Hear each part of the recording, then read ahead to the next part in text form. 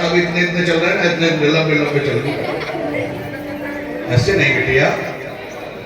राम नाम में संकोच नहीं करते बेटा, ताली बजाने में, यही तो है।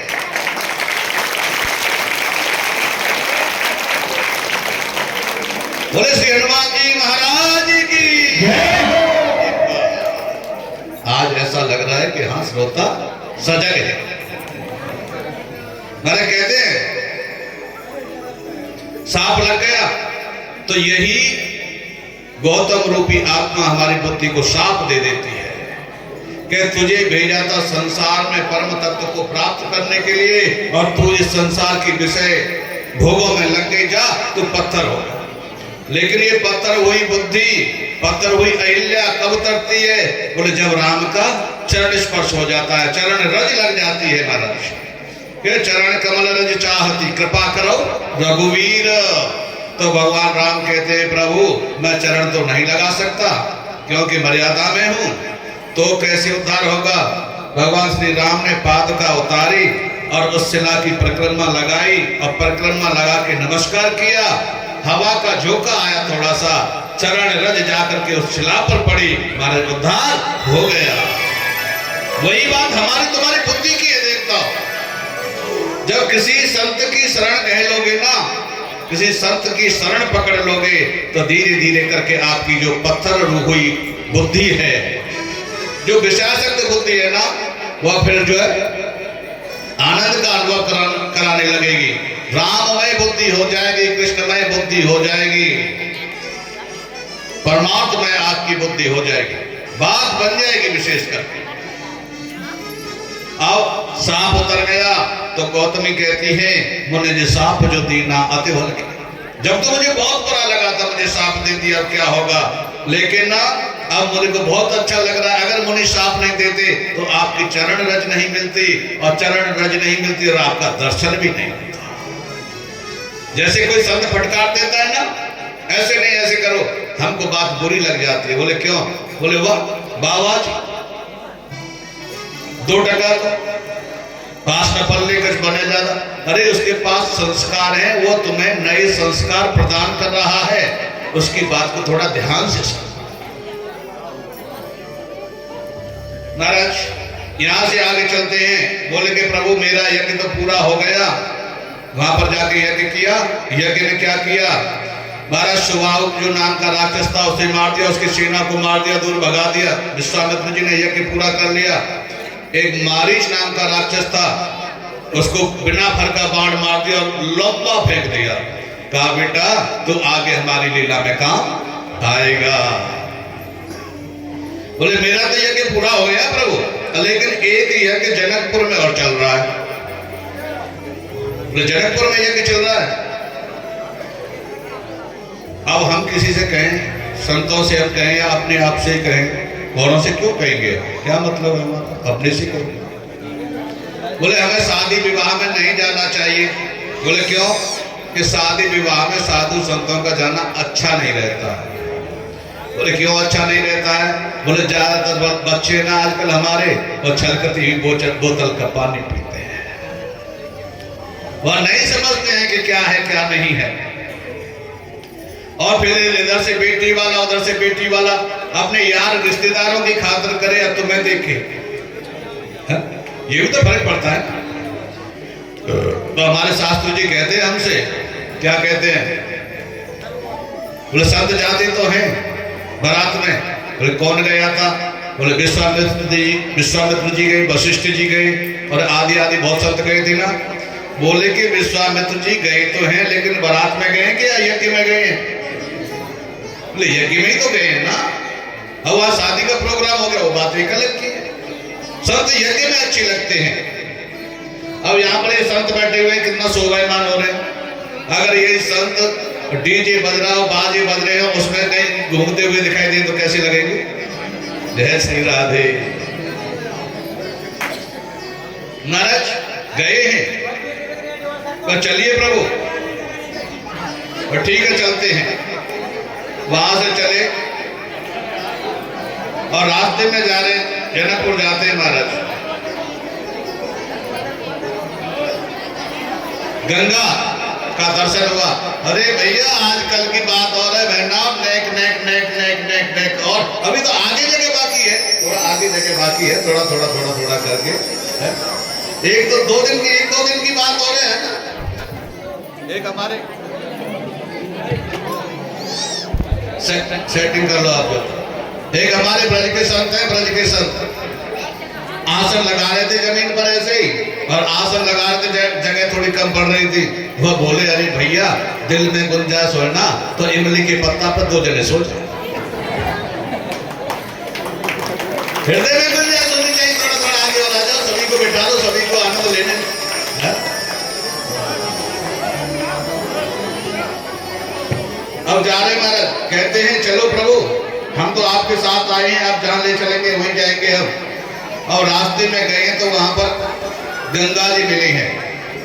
गंगा जी में आचमन किया और आचमन करके फिर आगे चल दिए।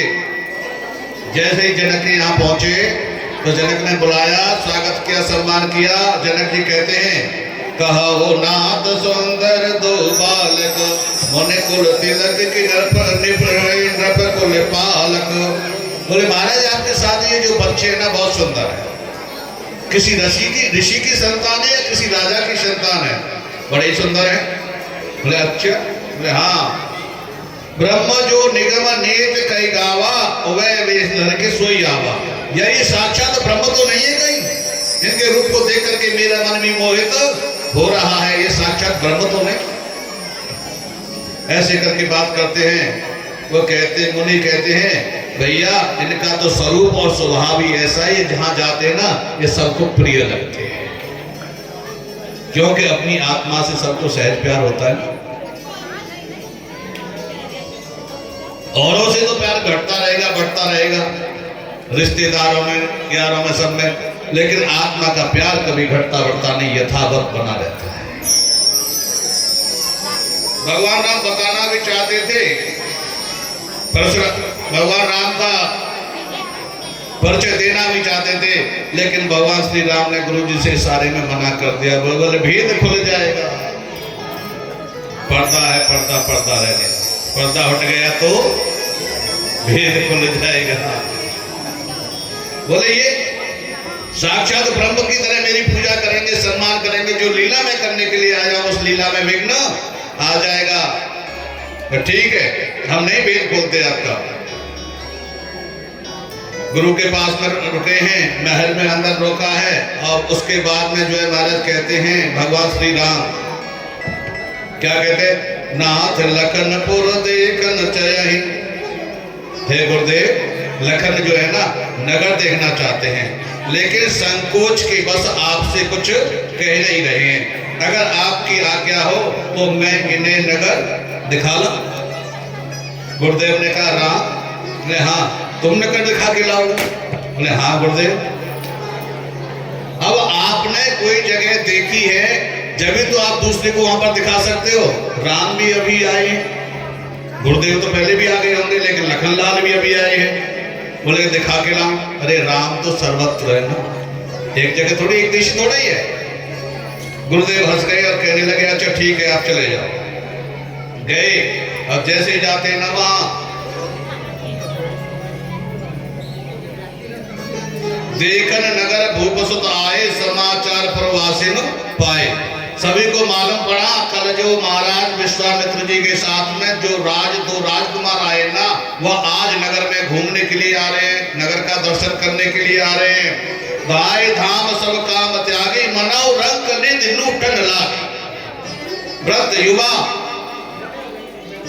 बच्चे, राम बेटी, बच्चे सभी जो है अपने काम को छोड़ छोड़ करके आगे महाराज कहा राम का दर्शन करने के लिए। और राम का दर्शन करने के लिए सभी आए हैं। तो हमारी माता बहन है ना, इनके ऊपर थोड़ी पाबंदी। बोले ऐसे नहीं जाते। अब बोली एक सखी बोली अरे क्यों पागल हो रही है? बोले क्या? बोले चलो अपने अपने घरों में छतों पर चढ़ गई। झरोका होते हैं ना, आजकल तो कुछ और बोलते हैं, झरोका, जंगला और कुछ बोलते होंगे। तो उसमें होकर के देखने लगी। छत पे चढ़ गई, अपनी छजलियों पर चढ़ गई और वो तो उसमें होकर के देखने लगी। बोले कि राम, वैसे तो राम लखन वैसे तो दिखाई दे रहे हैं, लेकिन इनकी मुखारबिंद का दर्शन नहीं। युवती भवन झरोकन लागी, बनहु रंगज लूटन लागी, बनहु रंगज लूटन लागी। युवती भवन झरोकन लागी, युवती भवन झरोकन लागी, बनहु रंगज लूटन लागी, बनहु रंगज लूटन लागी। अपने झरोकाओं में छजली पर चढ़ गई। अब छजली पर चढ़ गई, बोले राम का दर्शन वैसे तो हो रहा, लेकिन मुखारबिंद का दर्शन नहीं हो रहा।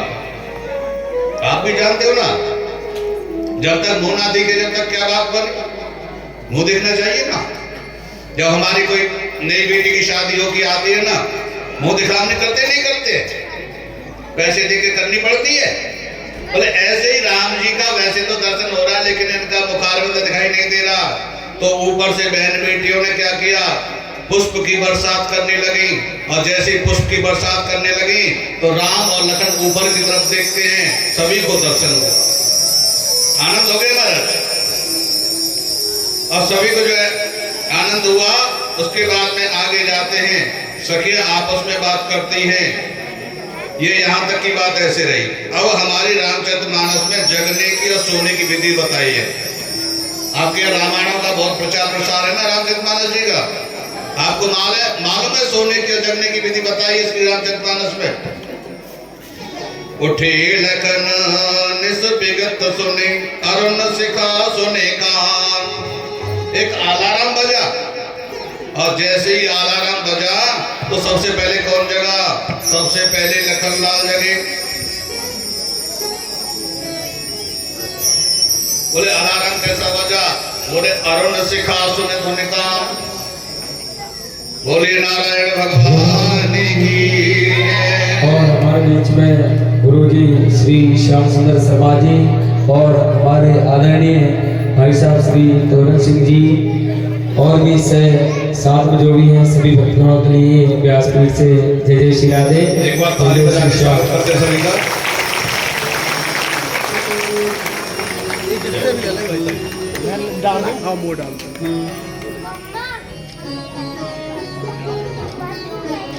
ये राम जी की सेना है। 22 जनवरी की तैयारी हो रही है। कैसी है राम जी की निकली सवारी? राम जी की सेना चली, राम जी की सेना चली।